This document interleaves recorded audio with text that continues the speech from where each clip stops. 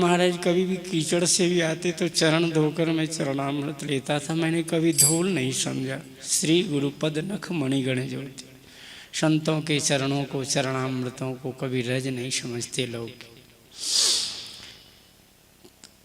तो चरणामृत लेने से कभी भी चलो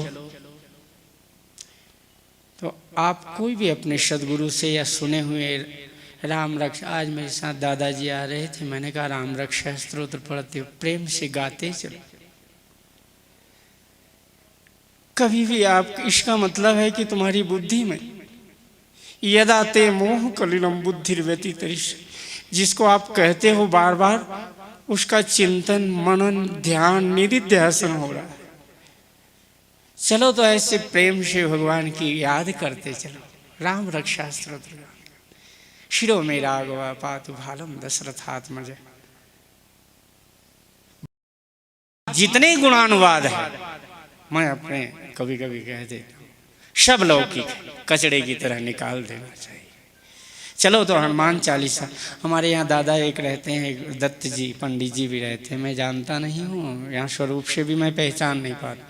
मेरी आँख को इतना भ्रम है, इतना मेरी आंखों ने पाप किया, मैं किसी को भी देख लेता हूं तो स्मरण होकर। आप एक बात ध्यान रखना, मेरा अपना चिंतन तो कह देता हूं साथ, लेकिन गुरुजी ने कहा यदि तुमने किसी का चिंतन किया, अगर स्वरूप चिंतन करने से आंख के माध्यम से हृदय में आ गया, तो समझ लेना कि तुम्हारी कहीं आसक्ति, तुमने देखा नहीं, तुमने छुआ है, और छू करके तुमने हृदय में ले आए।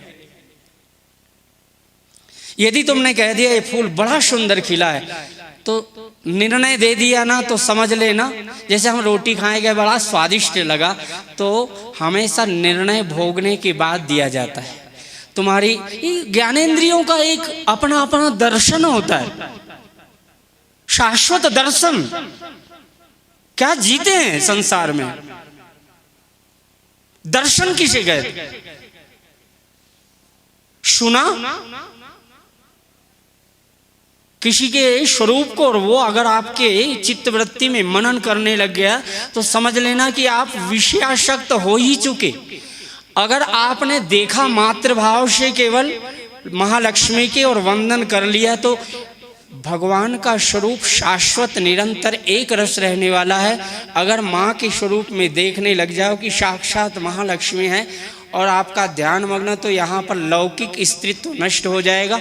अगर देखा, अनुराग आ गया और चिंतन आ गया, और आप कहीं गए, अरे वहाँ एक माँ मिली, इसका मतलब कि तुम्हारे यदा ते मोह कलिलम बुद्धिर व्यतितरिष्यति।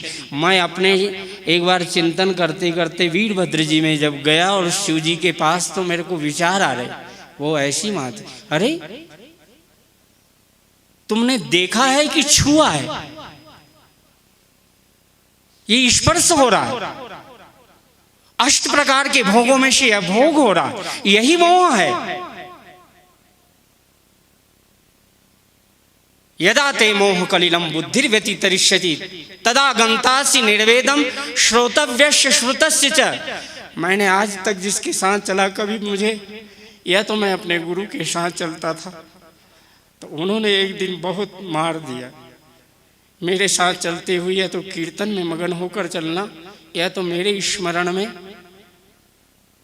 तब मैं समझूंगा कि तुम,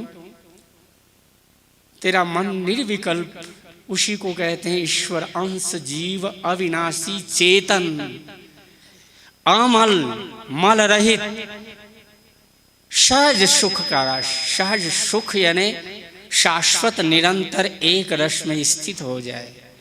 मुझे एक, मेरी आंख का उस दिन से ऐसा नियम बन गया, मैंने कहा ठाकुर जी जब चलूं, किसे देखूं मैं शाश्वत? तुम यहां हो शाश्वत, चलते समय तुम्हारे शाश्वत दर्शन करते चलो, तुम्हारी लीला का चिंतन करता चलो।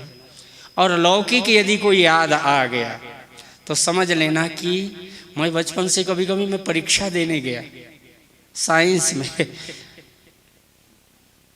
ट्रिग्नोमेट्री अलजेब्रा की परीक्षा दे रहा था, कभी कभी केमिस्ट्री की परीक्षा दे रहा था। अरे मैंने कहा इसका मतलब कितनी, ये मेरी बुद्धि में आसक्ति थी।